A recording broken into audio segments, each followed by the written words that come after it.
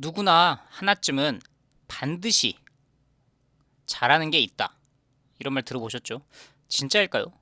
데이터라든지 검증 가능한 얘기일까요? 모든 사람이 최소 한 가지 이상의 특별한 재능을 타고난다는 주장은 과학적 근거가 있는 데이터라기보다는 위로에 가깝다. 자본주의적 가치 창출과 연결하면 다음과 같은 결론에 도달한다. 유정적 결정론, 재능의 편중, 심리학, 행동 유전학, 쌍둥이 연구, 특히 쌍둥이는 유전을 타고났겠죠. 지능, 성격은 빅5로 보통 구분을 하더라고요. 음악적, 음감, 운동신경 이런 유전율은 40에서 80%이다. 이걸 타고난다는 거죠. 태어날 때부터. 근데 이게 생각해보면 우리가 생각할 때 어떤 분야에서 성공할 수 있다. 아니면 너는 대단한 재능을 타고났구나 라고 말할 때 유전율이 이 정도라는 거, 최소한 절반 이상이라는 건 넌 참 머리가 좋구나. 넌 참 성격이 좋구나. 너는 절대음감이구나. 넌 운동신경이 좋구나. 라고 말하는 거, 특출나다고 할 때 타고난 게 절반 이상이라는 거죠. 유전자는 복권과 같아서 특정 개인에게 유리한 형질을 몰릴 수도 결핍될 수도 있다. 모든 아이가 하나씩 공평하게 하나씩 장점을 나눠간다는 것은 생물학적 메커니즘에선 존재하지 않는다. 근거 없다는 거죠. 어떤 사람은 여러 방면에 압도적인 재능을 타고나고 어떤 사람은 평균 혹은 그 이하의 형질만 물려받는 것이 생물학적 사실이다. 누구나 자라있다는 것이 값싼 위로가 되는 이유는 재능의 정의를 혼동하기 때문이다. 경제학적으로 모든 사람은 상대적으로 잘 못하는 게 존재한다. 덜 못하는 거, 조금이라도 잘하는 게 존재한다. 하지만 자본주의 시장은 네가 평균보다는 조금 낫네가 아니라 정말 희소한가에 대해서만 보상을 한다. 심리학자 에릭슨의 숙련도에 따르면 해당 분야에서 경제적 가치를 인정받으려면 상위 10% 이내의 수행 능력을 보여줘야 된다. 그래서 나 이거 좀 하는 것 같은데? 라는 정도는 그냥 취미로 분류된다. 하워드 가드너, 모든 아이의 천재다라는 교육적 슬로건으로 변질되었다. 가드너, 이런 주장을 한 사람 본인도 지능이 반드시 성공이나 경제적 보상을 말하지는 않는다, 보장하진 않는다고 명시했다. 신체 운동지능이 좋아도 프로스포츠 시장에서 수요와 결합하지 못하면 무용하다. 돈적 값어치를 못 받는다. 너는 공부에도 마음씨는 착하다. 객관적이진 않다. 그리고 정규분포 착시, 모두가 특별하다는 것은 수학적으로 불가능하다. 정규분포의 정의, 종 모양의 정규분포에서 플러스 1, 이게 아마 표준편차겠죠. 안에 68%가 존재한다. 즉 대부분의 사람은 대부분의 능력에서 평범하다. 그렇겠죠. 왜냐하면 이미 특별하다라는 것이 10명이 전부 특별하면 모두가 평범한 게 되니까. 창의성, 음악적 능력, 인지 능력, 예술 능력 모두 정규 분포를 따랐고 오른쪽 꼬리가 긴 분포를 따른다. 특출나다고 말하는 아이들이 별도로 존재한다는 거죠. 창의성에 대해서도 정규 분포 한 99%까지는 대부분 가운데에 있는데 꼬리가 길어요. 오른쪽 꼬리가. 그 말인즉슨 뭔가 특출난데? 라는 아이들이 분명히 창의적, 음악적, 예술적 재능에서 있다라는 거죠. 그래서 모두가 특별한 재능을 가진다라는 말 자체가 과학적으로는 맞지 않다. 생존 평양, 성공했던 사람들을 보면서 누군가 하나씩은 이런 게 남들이 갖지 못한 걸 갖고 있을 거다라는 걸 과대 추정한다. 재능과 경제적 상관관계, 상위 집단에 불균등하다.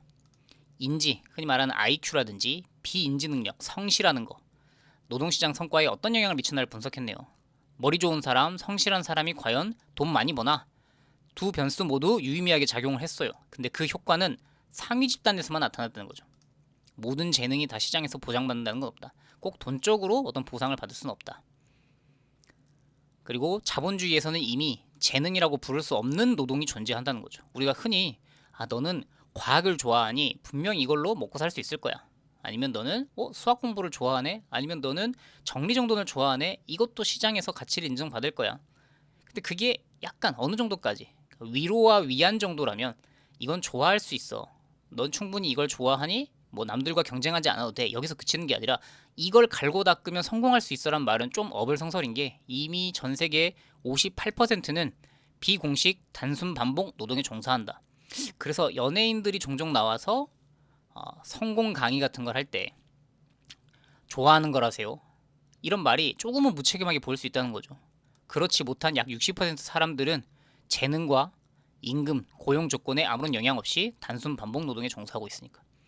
자동화 위험이 높은 직종에 종사하는 비율도 한국이 약 12%. 모두가 재능을 타고난다? 불가능하고, 재능은 시장에서 보상받는다? 이거는 오히려 환경의 영향이 더 크고, 재능 없는 사람은 없다 라고 하자니 단순 반복된 업무에서 일하는 사람이 전세계 한 60% 정도가 되고, 거짓된 희망이 가져오는 기회비용, 자원 배분의 오류. 나 이거 좀 잘하는 듯?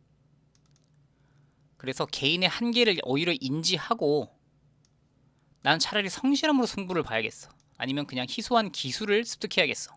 전략적인 선택을 해야 되는데 내가 과연 어떤 재능을 갖고 있을까? 나도 하나쯤은 남들보다 좀 더 잘하는 게 있지 않을까라는 걸 찾는데 에너지를 낭비하게 만들 수도 있다. 또는 자기만족에 빠져서 나는 분명히 이 재능이 있는 것 같은데 왜 세상이 몰라줄까? 피해의식을 심어줄 수 있다. 현실 인식을 막을 수 있다는 거죠. 거짓 위로, 희망 고문. 화폐로 전환되지 않는 능력은 무가치한 건 아니다. 하지만 그걸 재능이라고 부를 수는 없다. 취미나 자기만족은 정신건강을 유지하는 소비자로서 충분히 가치가 있다. 돈은 안 되지만 가치 있는 개인적 특성이라고 정확히 정의해주는 것이 좋다. 넌 언젠간 이것이 천부적인 재능이 있으니 빛을 발할 거야. 인과관계가 성립되지 않는 위로이다. 그런데 그런 말, 누구나 하나쯤은 반드시 잘하는 게 있다라는 말을 해주는 게 좋나? 안 해주는 게 좋나? 생존이 목표일 때는 하지 말아야 돼.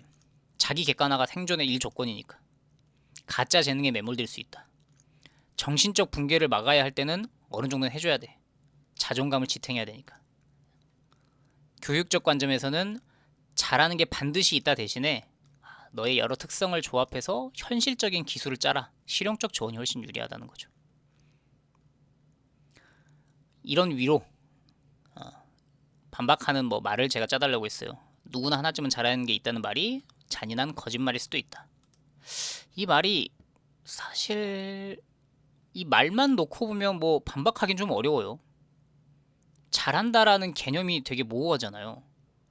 중간 정도만 하는 것도 누군가 입장에서는 너 잘하네. 근데 이 말 속에 내포된 의미는 직업 세계에서 나중에 네가 성인이 됐을 때 어떠한 네가 좋아하는 그것으로 분명히 먹고 사는 것, 생계를 해결할 수 있을 거야. 그러니 남들이 하는 거 쫓아갈 필요 없이 너가 원래 좋아하는 거, 하고 싶은 거, 그리고 잘한다고 생각하는 거, 그것에만 매달려 충분해 라는 괄호 안에 말을 내포하고 있기 때문에 이 말이 현실 인식을 왜곡하게 할 가능성도 있다 라는 생각이 들었습니다.